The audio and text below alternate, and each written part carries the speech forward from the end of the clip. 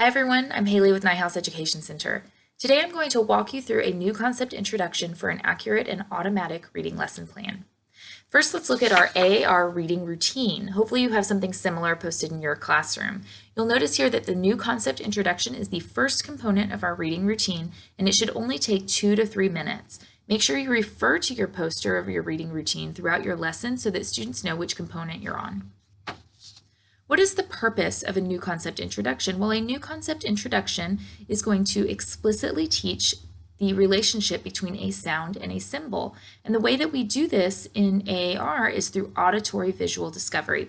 So let's look at our manual. You have your blue AAR manual, and we're going to turn to the second tab, which is your reading concepts tab.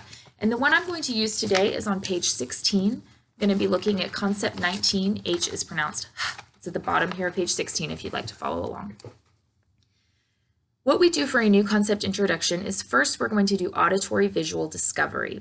The auditory discovery comes first. As the teacher, you're going to follow this loosely scripted material right here. You don't need to bring in your own words or your own examples. Everything's right here for you.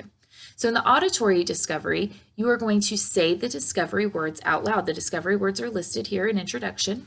You're going to say them out loud for students. Students are going to echo those words, and they are going to identify the common sound in all of the words. Once they've identified that common sound, you're going to have this discussion, important ideas to discuss. This is where you're going to be talking about the characteristics of the sound. Is the sound clipped or continuant? Is it voiced or unvoiced? Is it blocked, partially blocked, or open? Students don't need to have all of this memorized, but they do need to be able to identify the characteristics of the sound using academic language. Next, you're going to do the visual discovery. You're going to write the same discovery words on the board, but this time you're going to be naming the letters as you write, and students will be able to identify the common letters in each of the words. Then they've identified the common sound and the common letter, so they should be able to make that connection and be able to verbalize for you what is the relationship between the sound and the symbol. And then again, at the very end, you can go through important ideas to discuss and make sure they have a firm, solid understanding of the characteristics of that sound. That's really all you need to do for a new concept introduction. Remember, you're not going to have a new concept every single day because some new concepts are going to have multiple reading practices associated with them. During this time, students are going to be listening and looking at you.